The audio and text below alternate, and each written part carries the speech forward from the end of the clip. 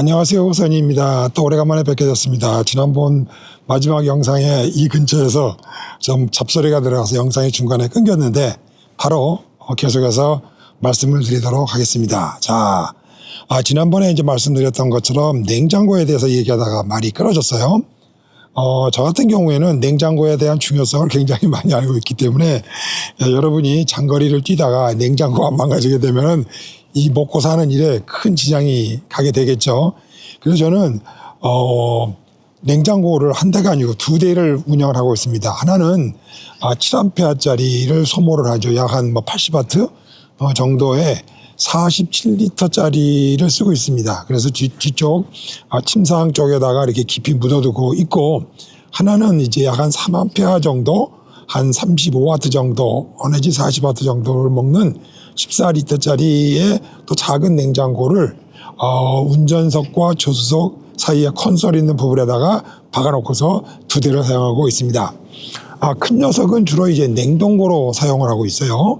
그래서 이제 어디 푸주간에 가가지고 불고기를 좀 떴다 그러면은 한 4kg, 5kg 정도 사가지고 소분을 해서 아주 그냥 땡땡 얼음 덩어리로 해가지고 냉장을 해놓거나, 또 장기간 김치를 보관한다던가 얼든지 말든지 하여튼 그런 용도로 거의 영하 3도에서 5도 정도의 항상 온도를 유지하면서 냉동을 시키는 냉동고가 한 47L짜리를 사용하고 있습니다. 그리고 이제 운전석과 조수석 사이에 있는 거기에는 상하기 쉬운 상추라든지 약한 채소들, 그리고 이제 소다수들, 사과, 과일들 좀 여가면서 그날 자주 꺼내서 먹을 것들을 거기다가 여가지고 다닙니다. 그 이유는 알다시피 어느 한 거라도 망가지게 되면은 그래도 비상시에 한 대라도 남아있기 때문에 저는 냉장고는 평상시에는 냉동고와 냉장고, 그리고 비상시에는 뭐라도 하나라도 사용하기 위해서 냉장고를 두 대를 가지고 다닙니다. 다섯 번째. 지난번 컴퓨터 얘기할 때 좀 빠졌는데, 저는 이제 여러분 우리가 여행을 하다 보면은 사진하고 동영상을 많이 찍지 않습니까?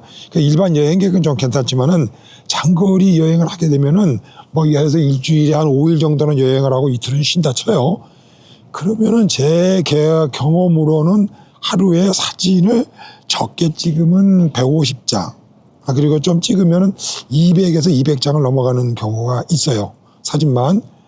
그리고 이제 영상을 찍는데, 저는 이제 영상을 이제 그 대시보드의 그 위에 그 백미러 있는 그쪽에다가 앞에 전방을 촬영하는 카메라가 한 대 있습니다. 그리고 이제 지금 사용하고 있는 포켓 카메라, 그리고 액션 카메라가 있고요. 그 다음에 이제 가끔 쓰는 드론이 있어요. 이 세 개의 주요 디바이스에서 상당한 양의 사진과 동영상이 들어옵니다. 아마 대시캠에서는 앞에 이제 붙어 있는 거는 앞에 경찰이 나를 또 시비를 건다든지 또 가다 보니까 엄청나게 이제 풍경이 좋은 데라든지 그래서 껐다 켰다 이제 하면서 녹화를 하고 다니고요. 그건 되게 하루에 한 평균 30분 정도? 그리고 이제 포켓 카메라로 이게 들고 다녀서 찍는 거는 1시간 정도 이렇게 이것저것 찍는 것 같아요. 그래서 이제 이거를 하루가 이제 마무리 짓기 전에 버릴 거는 버리고 정리할 건 정리하고 그 다음에 날짜별로 장소별로 이제 정리를 해야 되죠. 그래서 이러한 것들을 컴퓨터에, 제 랩탑 컴퓨터에도 있기도 하지만은 그거를 이제 3.5인치짜리인가요? 조그만 손바닥만한 데다가 5TB짜리에다가 저장을 이제 일시 저장을 해놓습니다. 그런데 문제는 뭐냐면 그 5TB짜리도 잊어먹거나 분실하거나, 왜냐면 그 이제 포터블이기 때문에 가지고 다녀야 되거든요. 한국에 갖고 다닌다든지 어디 가방에 갖고 다닌다든지, 또는 아니면 저처럼 작업을 하다가 밑에 바닥으로 떨어져 가지고 돌고 있던 하드 드라이브가 에러가 나가지고 그거 복구하는데 돈도 상당히 많이 들기도 하고, 그래서 일단 포터블용은 5TB짜리 3개를 갖고 있는데 그것도 안심이 안 되는 거예요. 그래서 그 3개 중에 이제 하나는 여러 가지 그 동영상 작업을 위한 소프트웨어들, 그 다음에 여러 가지 리소스들이 있죠. 그 다음에 음악들, 하여튼 이제 이 영상 제작을 위한 여러 가지 재료들, 자원들을 이제 거기에다가 모아두고 있고, 그 다음에 나머지 이제 2개에다가 영상과 사진을 이제 계속 엮고 있습니다. 이제 그거가 어느 하나라도 이제 사고가 생기면은 아주 뭐 1년치 뭐 심지어는 이런 큰 기록에 데미지가 생기기 때문에 저는 또 하나의 20TB짜리를 그건 좀 크죠. 5인치짜리 큰 놈을 해가지고 아예 고정용으로 해가지고 길게 선을 빼가지고 일주일에 한 번씩 토요일이나 주로 일요일 날 이 근간에 찍었던 일주일 동안에 찍었던 데이터들을 전부 또 두 번째 큰 하드 20TB짜리에다가 또 저장을 해놓습니다. 그러니까 이제 노트북에도 그날 게 있죠. 그리고 이제 일주일 또는 한 달 정도 이렇게 또 모아두고 있는 그 테라바이트가 있죠. 저 조그마한 이제 미니가 5TB짜리가 있고, 그 다음에 이걸 한꺼번에 이제 영구 보관하는 큰 20TB짜리 큰 저장소를 침상 밑에다가 고정으로 붙박이로 붙여놔가지고 거기에 이제 영구 보존을 해서 꼭 2군데 이상 영상과 그 자기 여행 기록 사항들을 보관하고 있습니다. 근데 이게 굉장히 당해보시지 않으면은 굉장히 이제 중요한 문제가 되겠습니다. 자, 이제 이게 또 하나 이제 좀 참고적으로 말씀을 드리면은 영상과 동영상이 잘하고 나면은 맨 처음에 갔을 때는 뭐 불란서 파리에 가서 에펠탑에서 사진 찍고 런던에 뭐 빅벤 안에 가가지고 사진을 찍고 그건 뭐 한 50개 100개 정도는 이제 쉽게 기억이 나요. 근데 이게 유럽을 돌아다니다 보면은 예를 들어서 성당이 더 무지하게 많아요. 그게 거기 같고 호수를 갔어. 이게 어느 나라 호수인지 헷갈리고 그래서 이게 여행의 기간이 길어지면 길어질수록 나라도 헷갈리고 시점도 헷갈리고 이제 그렇게 됩니다. 그래서 저 같은 경우는 사이드 입라면 저 개인적인 홈페이지를 가지고 있어요. 거기에는 매일매일 제가 갖고 있는 일기장과 휴대폰에 있는 일기장과 홈페이지하고 연동을 해서 일기를 쓰거나 또 예를 들어서 오늘 뭐 라스베가스에 갔는데 어느 뭐 예를 들어서 거기서 에펠탑도 보고 그 바깥에 있는 뭐 에이리아 51도 가가지고 거기서 외계인도 만나고 뭐 이제 이랬다. 이러면 일기를 써놓아야 되는데 그게 언제인지도 모르고 그러니까 여러분이 이제 홈페이지를 갖고 계시면은 서치를 하기가 좋아요.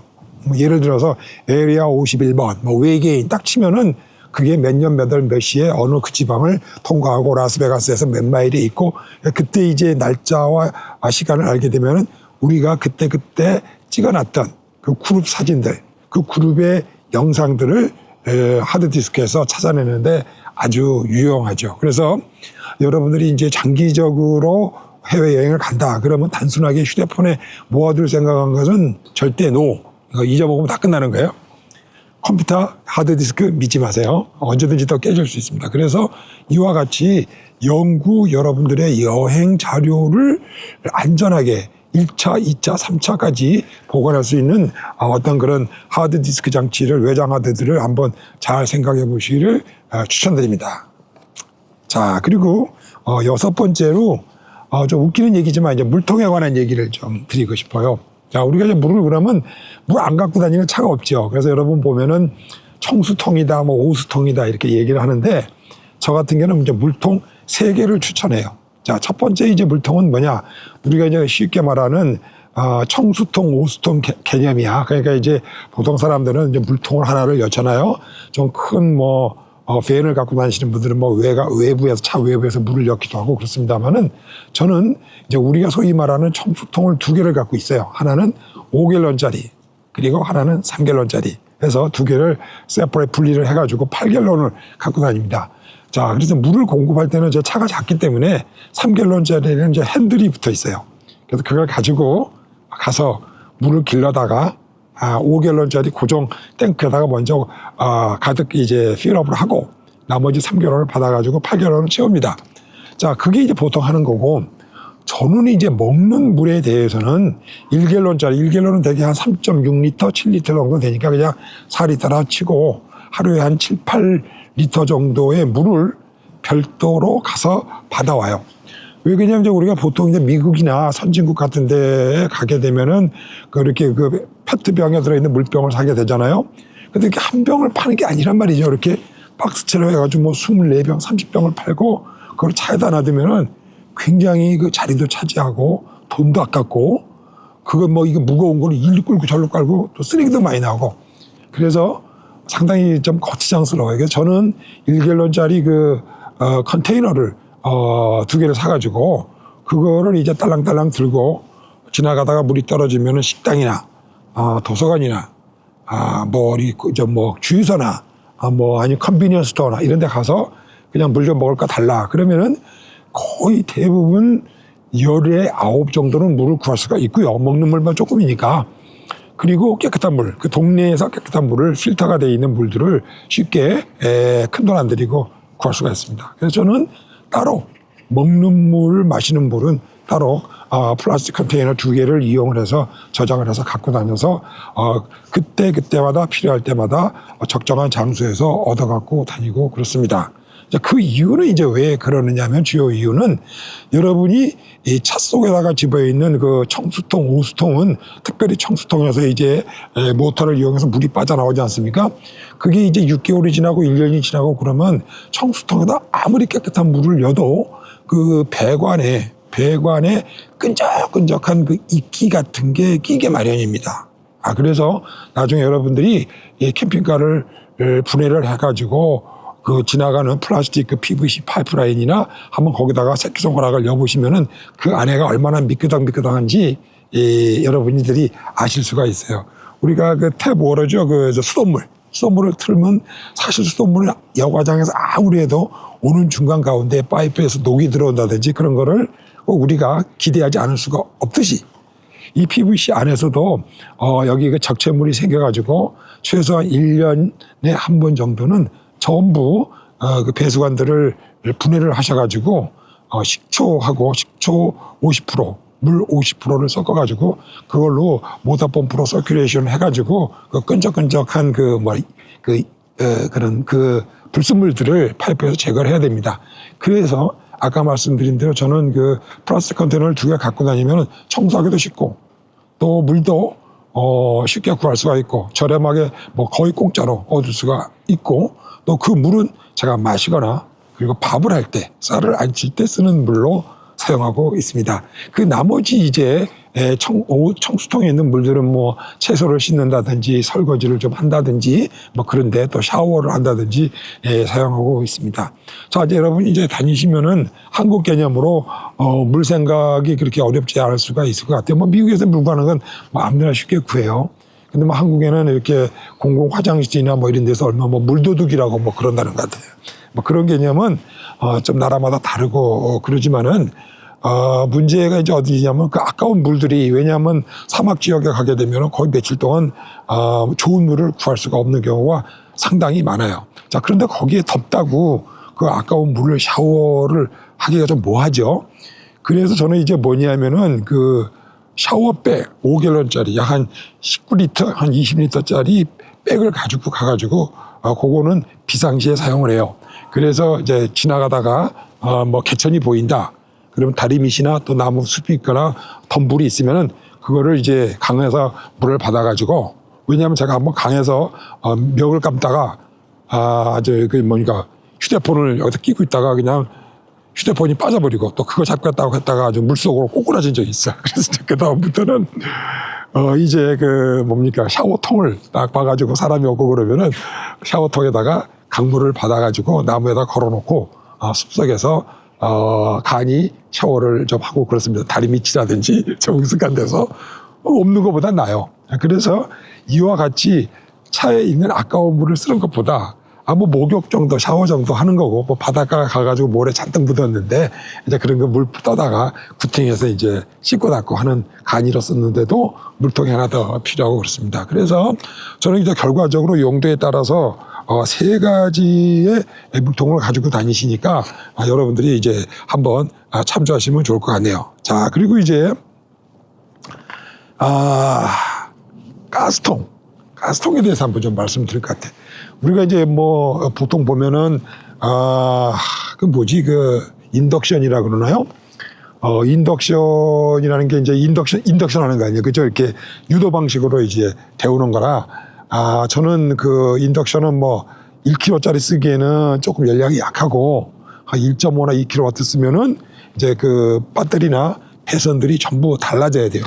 굉장히 특별히 이제 나중에 차박 전기에서 말씀을 드리겠습니다만은 인덕션 같은 경우를 장시간 10분, 20분 정도 장시간 쓰게 되면은 배선이나 그다음에 그 인버터 같은 것들이 고용량이 아니면은 거기서 굉장히 발열이 심하고 자칫 잘못하면은 부품을 날려먹거나 화재가 날 가기도 있기 때문에 저는 1kW 즉 1000W 이상 되는 전열 기구는 가급적 이동용 차량에서는 쓰지 않는 것을 추천합니다. 아무리 배터리가 짱짱하고 배선이 좋고 또 뭐 5kW짜리 인버터를 쓴다 하더라도 그거는 그렇게 1kW 이상의 전열 기구를 쓰는 것을 원칙상 추천하지는 않습니다. 그런다 뭐 커피 한 잔 끓여 먹고 뭐 간단하게 후라이 정도 하는 거는 큰 문제가 없겠어요. 그러나 이제 인덕션을 쓰거나 어떤 큰 요리를 할 때는 저는 주로 예전에 사용했던 게 부탄가스통을 사용했어요. 그거는 이제 부탄가스통 아마 한국에서 발명 특허를 냈나? 그래서 한국에서 많이 찍어가지고 전 세계 주문에 맞춰서 이제 OEM 브랜드를 달아갖고 수출을 많이 하는 걸로 알고 있습니다. 자, 그런데 이제 그게 선진국이나 예를 들어서 유럽이나 뭐 미국에 한국 사람들이 많이 사니까 아시아 사람들이 많이 사는데 그런 데서는 제법 구하기가 그렇게 어렵지가 않아요. 물론 가격 차이는 좀 많이 있죠. 근데 이제 멕시코만 내려가더라도 제가 그 칸쿤이라는 데 가가지고 찾다 그게 다 떨어져가지고 칸쿤에 갔었는데 그게 언제야? 3년 전인가 4년 전에 그 캔 하나에 $7였어요. 미국 돈으로. 요즘 계산하면 7, 4, 28 만 원이야. 만 원이 좀 넘어. 그러니까 거기 무서워서 못 쓰죠. 그래서 가격도 가격이고 구하기도 어렵고 물론 남비 내려가셔가지고 특별히 이 상파울로나 큰 도시 있죠. 한국 사람들이 많이 사는 상파울로나 뭐 리오데자네이로나 뭐 다른 그 도시는 뭐 없어. 한국 사람들이 있는데도 근데서 부탄캔 구하기는 거의 난망할 정도라고 생각하시고 가면 돼요. 그러니까 부탄캔도 가지고 다녀서 그거를 쓸 데가 사실 없죠. 그래서 저는 이제 그것도 갖고 있지만은 우리가 콜맨이라고 있죠. 콜만 뭐 하여튼 거기 이렇게 이제 그 캠핑용으로 거기 1파운드짜리인가 들어가는 조그만 게 있어요. 그거는 국제적으로 다 맞아. 그러니까 그게 이제 그런데 우리가 이제 뭐랄까 그 5파운드짜리 10파운드짜리 좀 큰 그 LPG 깡통 있지 않습니까? 저는 이제 베이비형으로 3파운드짜리인가를 여 갖고 다니는데 문제는 이 어댑터가 미국에는 그 POL이라고 예전에 쓴 규격이 있고 지금 뭐 ECL1인가 뭐 하여튼 뭐 그래요. 그래서 미국 규격이 두 개가 있어서 예전 것과 현대 거가 있어서 그 어댑터가 있는데 한국은 한국 나름대로 이 뭡니까 뭐지 이걸 뭐라고 그러지 잠금새 그 부분하고 또 영국은 영국 유럽은 유럽대로 또 브라질은 브라질대로 이 세계적으로 한 5개인가 규격이 있어요. 그래서 여러분들이 한국에서 LPG 가스통을 갖고 미국에 오면은 미국에서 충전 호스하고 가스통하고 맞지가 않아. 그거를 어댑터를 구하셔야 돼. 그게 이제 한국에 잘 없고 그래요.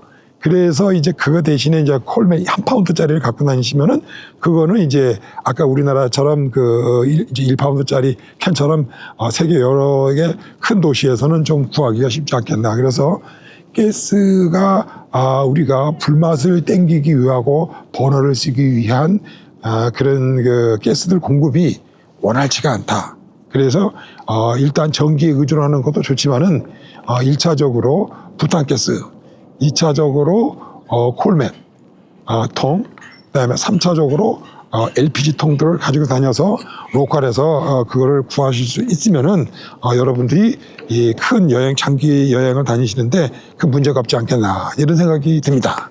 자, 8번째 드디어 여덟 번째 말씀을 드리면은 자, 신한은행이면 이제 아마 신한은행 또 미국의 뭐 체이스면 체이스은행, 뱅크 오브 아메리카 뭐 이렇게 이제 자기 거래하는 은행들이 있으시면은 가급적이면은 자기 혼자로 가게 되면은 다른 번호에 같은 이름이라도 근데 번호가 2장인 체크카드를 요청을 하시든지 아니면 와이프 그다음에 남자 거, 허스번 거 2개를 따로따로 번호가 다른 것들을 체크카드를 2개 이상을 준비를 하시기 바래요. 그래서 그 경우는 이제 왜 그러냐면은 체크카드를 가지고 여러분들이 직접 주유소 같은 데서 결제를 하는 경우도 있겠지만은 또 이걸 달라는 경우도 있고 또 식당이나 뭐 유럽 같은 데 가가지고 거기 뭐 예를 들어서 아랍에서 온 친구들이 아르바이트를 하고 있다. 그러면 결제를 한다고 그래가지고 카드를 내주고 가게 되면은 그놈들이 카메라로 찍어가지고 이제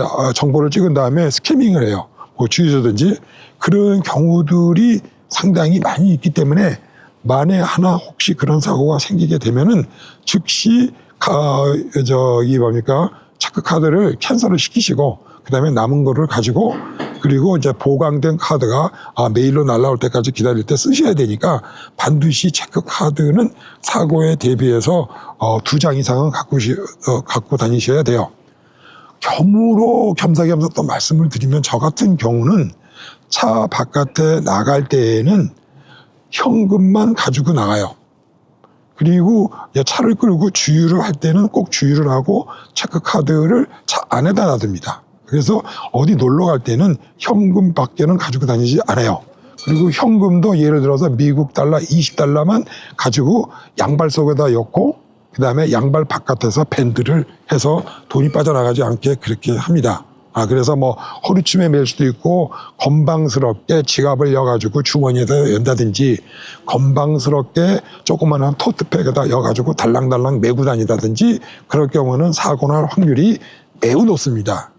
그리고 사고 난 다음에 뭐 그 나라 뭐 깡패들이 나빠요, 도둑놈이 나빠요 할 게 아니라 주의를 기울이지 아니하고 남의 눈에 띄도록 한 것 본인의 잘못인 것을 아시기 바라요. 그래서 차 밖에 나갈 때에는 반드시 현금만 일부 갖고 다니시는 것을 권장해 드리고 혹시 카드 사고가 나시게 되면은 꼭 2장 또는 석 장, 넉 장들을 해서 그런 준비들을 만반의 준비들을 할 수 있기를 바랍니다. 자, 그리고 뭐 덤으로 코스트코 카드가 한국에도 있죠. 한국에도 있고, 근데 이제 미국에는 이제 한 600개 정도 있어요. 카나다에 한 110개? 그 다음에 UK, 불란서, 그 다음에 호주, 대만, 일본, 뭐 이런 등지에는 이제 코스트코 카드가 있는데 거기에 이제 가시게 되면은 일반적으로 제일 유용한 거는 가스비가 싸요.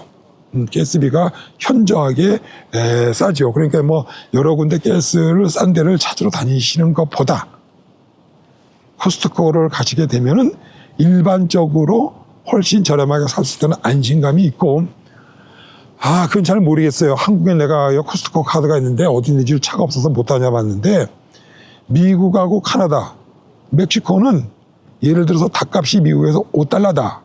그러면 다 $5. 미국 돈으로 나오는데 피자가 9불 99, 10불. 이만하죠. 보름달 만한 거 10불. 그 다음에 닭 $5. 닭 $5는 우리 집사람하고 둘이서 3끼를 먹어. 이거 한국식 조그만한 베이비 통닭이 아니야. 완전히 미국식 아주 그냥 궁뎅이도 이따만하게 큰 그런 통닭이에요. 그냥 무조건 5불이야. 그러니까 가끔 가다가 말이죠. 이제 그거를 닭고기를 가지고서 뭐를 요리를 해야 될 때 그거 이제 한 마리 사가지고 뜨끈뜨끈할 때 먹고 이제 냉장고에다 냉동을 시켰다가 닭 요리하거나 뭐 닭찜하거나 뭐 샐러드 먹거나 이렇게 해 먹을 때 겹반찬으로 하기가 참 좋습니다. 그래서 뭐 여러분들이 이제 떠나실 때 코스트코 카드를 갖고 다녀도 국제적으로 쓸 수가 있으니까 도움이 될 것 같아요. 자, 지금 이제 시간이 많이 지나서 다음번에 또 3편을 해서 이제 다 끝날 것 같아요. 여기서 이제 카드 문제로 끝내는데 제가 지난번에 어떤 그 독자님들이 이제 이런 얘기를 하신 적이 있었어. 한국에서도 트래블러 체크카드를 발행을 한다. 그래가지고 제가 이제 거래하는 신한은행에 뛰어가지 않았습니까? 신한은행에 뛰어갔더니 신한은행에서 SOL이라고 하는 뭐 브랜드가 있대. 그래서 소울 뭐 해외 여행 카드가 있어. 그래가지고 물어봤더니 여기서 해외에서 달러를 쓰면은 달러 그대로 나간다. 어이? 그래가지고 저도 한국에 뭐 원화가 있어봐야 쓰지를 못하잖아요. 이제 은행 얘기는 좀 나중에 또 기회가 있으면 말씀드리라. 그래서 그런 게 있나 싶어서 조사를 나갔더니 이게 이제 어떤 방식이냐? 달러는 달러 통장을 해놔야 돼. 만약에 여러분이 루브라를 쓴다. 그럼 루브라 통장을 또 만들어놔야 돼. 여러분들이 영국 파운드화를 쓴다. 그럼 또 파운드화 통장을 만들어놔야 돼. 근데 그 만들 때 어떻게 만드느냐? 자, 오늘 내가 여행을 나가. 돈이 뭐 1,000만 원이 있어. 500만 원을 달러로 바꿔야 되겠어. 그럼 500만 원을 오늘 시세의 환전율로 바꿔가지고 500달러를 거기다 넣어놓고 파운드화를 뭐 2,000파운드를 였다 하면 그렇게 넣어놓고 뭐 베트남 뭐 돈이 필요하다 이렇게 통장 각국별로 다 만들어놔야 돼요. 참 웃겨. 그래서 그게 뭐냐면 이제 내가 이제 미국에 왔어. 그래서 쓰죠. 그러면 그 통장에서 내가 갖고 있는 이제 5,000달러가 들어있다. 그럼 오늘 100%를 쓰면은 4,900달러가 빠져나가. 그러니까 이미 그 돈은 환전한 돈이야. 그런데 예를 들어서 중간에서 갖고 있는 그 신한은행에서 해주는 건 뭐냐? 그 환전료만 안 해주는 거니까 미리 환전해 놓는 거야. 그러면 우리 해외에서 돈을 쓰게 되면 뭐냐면 ATM기에서 돈을 썼다. 그럼 ATM 설치를 한 그 설치업자한테 나가는 수수료가 있어요. 그리고 그 사람이 또 지불하는 네트워크 망이 있어. 그리고 연결된 망이 있을까? 그 다음에 비자 회사에서 먹는 게 있어. 그거 결제라 그러죠. 스위프티 해주는 그 결제망이 있어. 그러면 이제 비자가 코드가 들어와서 비자하고 또 이쪽에 외환은행 뭐 신한은행하고 또 연결돼서 그것도 수수료가 또 있어. 또 신한은행에서 뜯어먹는 돈이 또 있어. 그렇게 이 결제가 여러 개 되게 되면요, 여러 단계에서 빨대를 꽂는 업자들이 있다 이거야. 그런데 신한은행에서는 자기 거는 차지를 안 하겠다. 그런 내용이야. 그거를 사람들이 호도하기 좋게 수수료가 없어요 했는데 거기에 이제 괄호가 있는 거지. 신한은행에 수수료가 없다는 뜻이고, 그러면 신한은행은 예를 들어서 외화를 공짜로 바꿔줬냐? 아니지. 여러분들이 그거를 환전을 해서 환전 수수료 다 땡겨 먹고 외환으로 외환 통장으로 보관을 하고 있고 그때 그 돈을 카드로 빼주겠다. 조금 내보기엔 좀 사기성 같아. 그래서 여러분들이 이 미국에 혹시 계시는 분들이나 그리고 미국에 오시는 분들이 있으시면은 제가 쓰고 있는 찰스 슈왑이라고 하는 은행의 여행자 코드를 갖게 되시면은 아무 수수료도 없이 은행에서 다 물어. 아까 설령 그 데뷔 카드를 잊어먹었다 하더라도 국제 전화번호가 각 나라별로 고유 전화번호가 다 있어. 공짜. 3시간, 4시간 은행을 하고 상담해도 공짜. 그 다음에 어느 나라로 새로운 카드를 발행을 해가지고 5일 내로 특배송 해주는 것도 공짜. 그리고 어디에 가든지 간에 그날의 기준 환율로만 빼가. 예를 들어서 오늘 기준 환율이 1,425원인데 내가 14,250원을 썼다. 그럼 딱 10불만 빠져나가.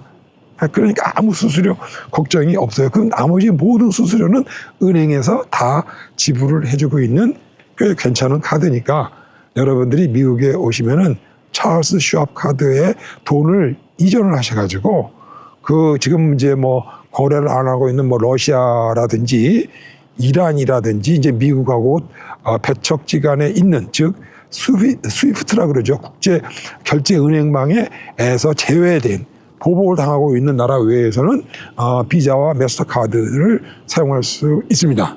그래서 한번 그런 카드 문제들도 쉽게 생각하지 말고 내가 미국 같은 이 됐다 그런 관점 말고 전 세계적으로 어떻게 통용이 된가 하는 것들을 국내적인 관점을 떠나서 약간 전 세계적인 데이터들을 모으셔가지고 각각 가장 적합한 곳에 장기 여행을 하시는데 여러분들에게 살림이 보태시기를 바랍니다. 체크카드를 잘 쓰시면요, 한 달에 만약에 예를 들어서 1,000불을 썼다 그러면 한 5% 이상의 개이득을 얻을 수가 있습니다. 여러분들이 10,000불을 예를 들어서 한국에 내가 조금 전에도 국민은행에 갔다 왔는데 1년짜리 정기 예금이 2% 후반대래요. 그리고 또 2% 후반대는 뭐냐? 그랬더니 신용 상태에 따라서, 금액에 따라서, 기간에 따라서, 사람에 따라서 다르대. 근데 제가 지금 미국에서 CD라고 그러죠. Certificate of Deposit이라고 그러는데 장기 예금 증서가 지금 1년치가 4.48%예요. 제가 엊그저께 하나 샀는데. 그러니까 여러분들이 신용카드에서 5%, 7%를 각종 수수료로 떼어나간다는 얘기는 열받죠. 그러니까 여러분들이 장기간 해외여행을 하시고 많은 돈을 써야 될 경우에 아껴서 사용할 수 있기를 바랍니다. 다음번에는 조금 이제 마지막 3회, 마지막 끝까지 여러분 잘 시청해 주시면은 얼충 해외여행을 하실 때 필요한 여러 가지 2개 이상 준비해야 될 것 마지막 시리즈를 할 테니까 다음 영상까지 함께 해주시길 기대해 마치겠습니다. 오늘 좀 시간이 길어서 여기서 영상을 자르도록 하겠습니다. 안녕히 계세요. 써니였습니다. 또 봬요.